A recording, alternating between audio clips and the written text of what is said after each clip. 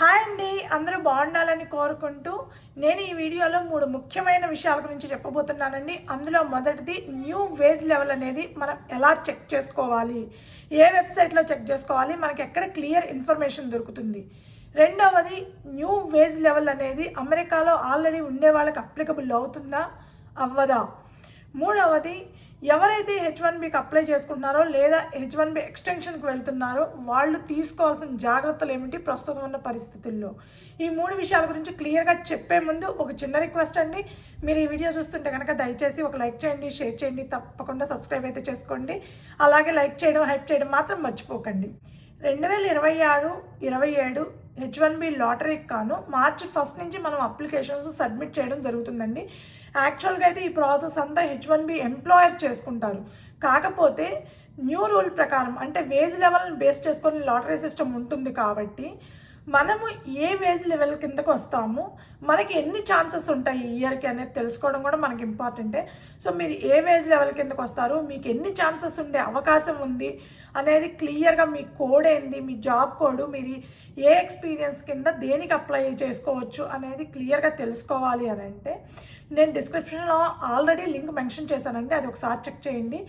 ఆ లింక్ ఏంటి అని అంటే flag.dol.gov ఈ వెబ్సైట్లోకి వెళ్ళి OFLC అనే వేజ్ లెవెల్ని బేస్ చేసుకొని చెక్ చేసుకుంటే కనుక మీరు ఏ స్టేట్కి అప్లై చేస్తున్నారు, ఆ స్టేట్లో మీ కోడ్ ఏంది, మీ జాబ్ కోడ్ అంటే మీరు ఎంత ఎక్స్పీరియన్స్ ఉంది, మీ డిజిగ్నేషన్ ఏంటి, మీరు ఏ టెక్నాలజీస్ మీద వర్క్ చేస్తున్నారు, ఏ ప్లాట్ఫామ్ మీద వస్తున్నారు అనే దాన్ని బేస్ చేసుకొని మీ వేజ్ ఎంత అని ఎంటర్ చేస్తే మీరు ఏ వేజ్ లెవెల్ కిందకు వస్తారు అనేది క్లియర్గా తెలుస్తుంది.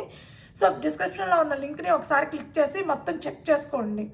సో ఇది ఎందుకు తెలుసుకోవాలి అని అంటున్నానంటే, ఒకవేళ మీరు కాలిఫోర్నియాకి అప్లై చేసుకుంటే కనుక ఫర్ ఎగ్జాంపుల్ అండి, నేను ఎగ్జాంపుల్ చెప్తున్నాను, మీకు $150,000 ఆఫర్ చేశారంటే అది కాలిఫోర్నియాకి మేబీ లెవెల్ 2 ఆర్ లెవెల్ 1 కిందే ఉండొచ్చు. ఎందుకంటే అక్కడ కాస్ట్ ఆఫ్ లివింగ్ ఎక్కువ, అక్కడ శాలరీస్ ఎక్కువ. బట్ అదే $150,000 అనేది మీకు టెక్సాస్లో ఆఫర్ చేశారంటే మీరు లెవెల్ 3 కిందకి వెళ్ళిపోయే ఛాన్స్ ఉంటుంది. అదే $150,000 మీకు ఎన్సీనో లేకపోతే మిషిగన్లోనో ఆఫర్ చేశారంటే మీరు లెవెల్ 4 కిందకి ఎంటర్ అయ్యే అవకాశం ఉంటుంది. నేను అంటుంది సేమ్ జాబ్ కోడ్కి అండి. సేమ్ జాబ్ కోడ్కి మనకి స్టేట్లు మారే కొద్దీ మనం ఏ లెవెల్లోకి ఎంటర్ అవుతున్నాం అనేది మారుతూ ఉంటుందన్నమాట.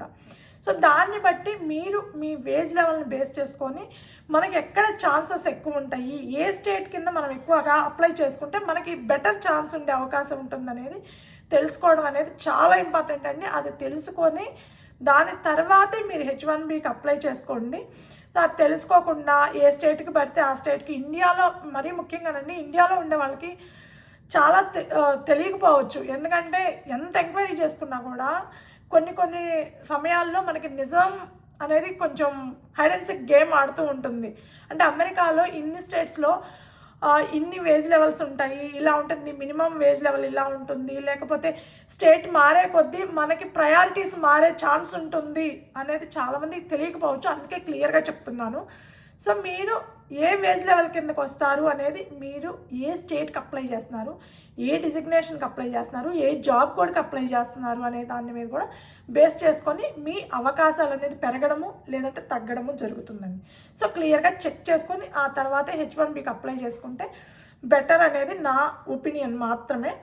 ఇకపోతే రెండవది, అమెరికాలో ఉండేవాళ్ళు ఎవరైతే ఆల్రెడీ H1B మీద ఉంటున్నారో లేదా F1 మీద ఉంటున్నారో వీళ్ళకి ఈ వేజ్ లెవెల్ అనేది అప్లై అవుతుందా లేదా.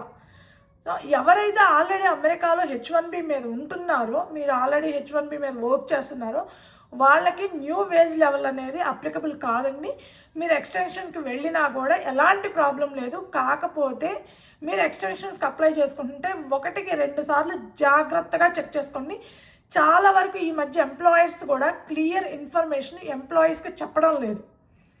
So each and everything check చేసుకొని జాగ్రత్తగా ముందుకు వెళ్ళండి, లేదంటే 221G ఇచ్చే అవకాశం చాలా ఎక్కువగా ఉంది.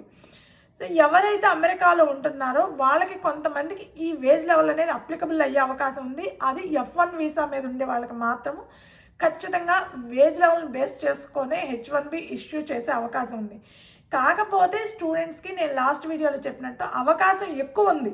ఈసారి H1B పిక్ అయ్యే అవకాశాలు చాలా ఎక్కువ ఉంటాయి. ఎందుకంటే ఆల్రెడీ మీరు ఇక్కడ చదువుతున్నారు కాబట్టి మీకు అన్ని స్టేట్స్లో ఎలా ఉంటుంది సిచ్యువేషను, మీకు ఎక్కడ అప్లై చేసుకుంటే మీకు ఎక్కువ ఛాన్స్ ఉంటుంది H1B వచ్చే ఛాన్సు.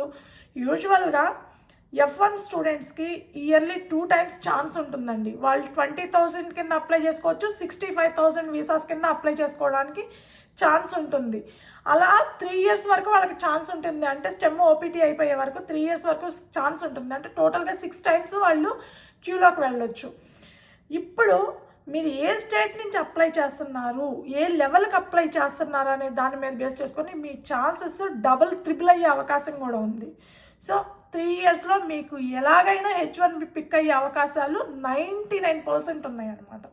నాకు తెలిసినంత వరకు 99% F1 స్టూడెంట్స్కి ఇది బెస్ట్ అడ్వాంటేజ్ అండి. వాళ్ళు ఖచ్చితంగా H1B పిక్ అయ్యే అవకాశమే ఉంటుంది F1 వాళ్ళకి. సో ఈ రూల్ అనేది ఆల్రెడీ ఎవరైతే అమెరికాలో H1B మీద ఉంటున్నారో వాళ్ళకి ఎలాంటి ఇంపాక్ట్ చూపించదు. కానీ ఎవరైతే F1 స్టూడెంట్స్ ఉన్నారో అమెరికాలో F1 ఓపీటీ మీద ఉంటున్నారో లేదా స్టెమ్ ఓపీటీ మీద ఉంటున్నారో వాళ్ళకి మాత్రం ఇది బెస్ట్ అడ్వాంటేజ్, మంచి రూల్ అనమాట. వాళ్ళకి అవకాశం కలిసి వచ్చే రూల్ అనమాట. లక్కీయెస్ట్ పీపుల్ అంటే వాళ్ళేనండి. F1 వీసా మీద అమెరికాలో ఆల్రెడీ ఉంటున్న వాళ్ళు లక్కీయెస్ట్ పీపుల్ అనే నా ఒపీనియన్ ప్రకారం. ఎందుకంటే వాళ్ళు ఫర్ ఎగ్జాంపుల్ తక్కువ మినిమం వేజ్ ఉండే ఒక స్టేట్కి వచ్చారు అంటే, బాగా తక్కువ వేజ్ ఉండే ఒక స్టేట్కి వచ్చారంటే వాళ్ళకి ఛాన్సెస్ 4 times పెరిగే అవకాశం ఉంది. కాబట్టి వాళ్ళకి బెస్ట్ అడ్వాంటేజ్ అవుతుంది. సో వాళ్ళకి ఇది మంచి ఆపర్చునిటీయే అవుతుంది. ఇకపోతే మూడవది, H1Bకి అప్లై చేసేవాళ్ళు H1B మీద ఆల్రెడీ అమెరికాలో ఉంటున్న వాళ్ళు తీసుకోవాల్సిన ఇంపార్టెంట్ విషయాలు కొన్ని ఉన్నాయండి. ఈ మధ్య కాలంలో నాకు తెలిసినవి, నేను విన్నవి కూడా చెప్పాలనుకుంటున్నాను. ఫస్ట్ థింగ్, మీరు న్యూ H1Bకి అప్లై చేసుకుంటూ ఉంటే కనుక ఇండియా నుంచి $1,00,000 వీసా ఫీజు అనేది అప్లికబుల్ అవుతుందండి. దాంట్లో ఎలాంటి సడలింపు లేదు. మీరు ఇంకేదో అయ్యింది, అది తీసేస్తారు, అది ఇదని ఈ మాటలన్నీ ఎవరి నమ్మవాకండి. అది తీసేయలేదు. 100K అంటే $1,00,000 వీసా ఫీజు అనేది ఫస్ట్ టైం యూఎస్ నుంచి H1Bకి అప్లై చేసుకునే వాళ్ళకి, ఇండియా నుంచి H1Bకి అప్లై చేసుకునే వాళ్ళకి ప్రతి ఒక్కళ్ళకి అప్లికబుల్ అవుతుంది. కాకపోతే ఎవరైతే అమెరికాలో ఆల్రెడీ F1 వీసా మీద ఉంటున్నారో వాళ్ళకి మాత్రం ఈ $1,00,000 వీసా ఫీజు అనేది అప్లికబుల్గా అవ్వదు. ఎందుకంటే ఆల్రెడీ అమెరికాలో ఉంటున్నారు కాబట్టి. ఇకపోతే రెండవది, ఎవరైతే అమెరికాలో H1B మీద ఉంటున్నారో వాళ్ళు తీసుకోవాల్సిన జాగ్రత్తలు, ఈ మధ్య కాలంలో మీరు గుడ్డిగా ఏ కన్సల్టెన్సీకి పడితే ఆ కన్సల్టెన్సీకి, ఏ కంపెనీకి పడితే ఆ కంపెనీకి మారబాకండి.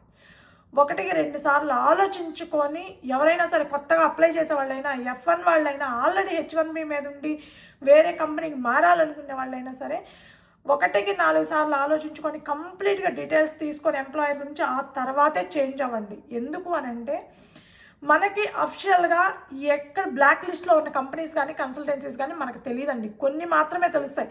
ఎప్పుడో అవి లిస్టెడ్ ఓల్డ్ అప్డేటెడ్ న్యూస్ మాత్రమే మనకు తెలిసినాయి. న్యూగా అప్డేటెడ్ అయినవి, న్యూగా బ్లాక్ లిస్ట్లోకి యాడ్ అయినవి మనకి చాలా తెలియదు.